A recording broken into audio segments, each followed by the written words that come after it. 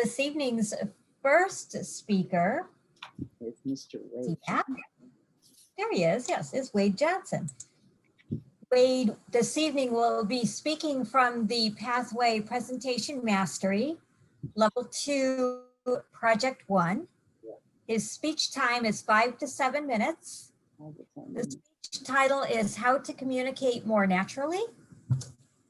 The purpose of this project is for the member to learn about different communication styles and identify his or her primary style, and for the member to share the impact of his or her style on others.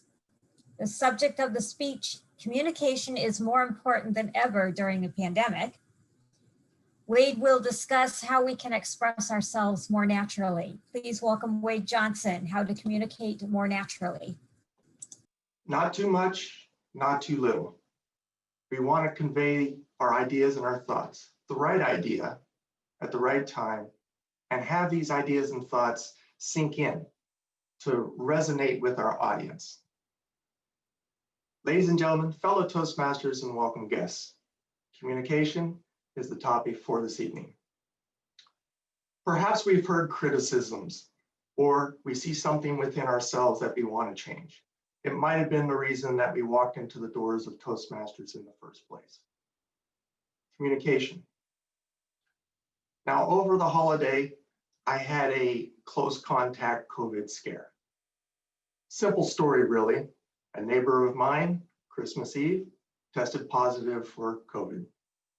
The same neighbor that I share tools with, the same neighbor that we exchange and know each other's garage code or pick up each other's mail when we're away. Also, the same neighbor that plays with my son, Logan. It just happened to be that same neighbor, trusted neighbor, was over at our house for dinner just 4 days before he tested positive. So, right, communication. How do we say to the people that we know and we love, keep your distance? I'm sorry, I can't hang out with you.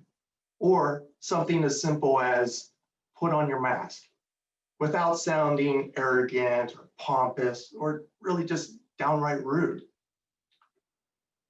Now, I think that the answer is simple, maybe not so easy to execute, but the idea, and it might not be a revelation to many of us. And the answer, practice.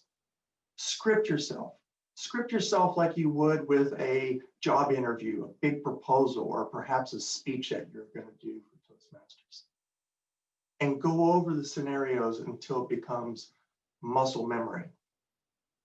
Many years ago, I used to skydive.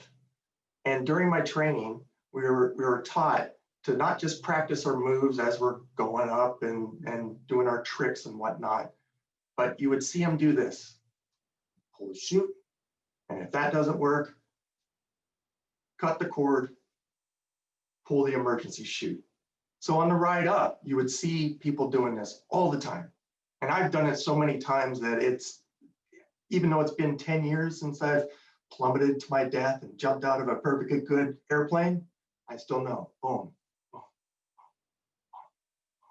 boom. It's second nature, I know it. So script yourself, know how to do it without thinking. And over time, you build that confidence in your speaking ability to be able to communicate more clearly and effectively. And you'll know how to handle different situations as they arise. Now, my biggest fault in this whole close COVID scare was that, well, besides not having a script or maybe letting my guard down a little bit because I trusted this neighbor and, I don't see him going out a lot, he's not hanging out in large groups, that sort of thing, was I only went one layer deep. I know him, but I didn't know that his son was the one that brought it in on a weekend visit. And apparently he picked it up at a job site. So let me paint you another picture.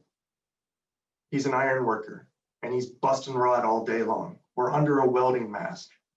And so what exactly? when he lifts his welding mask to come up for some fresh air, he's not wearing his N95 safety regulated mask 100% of the day.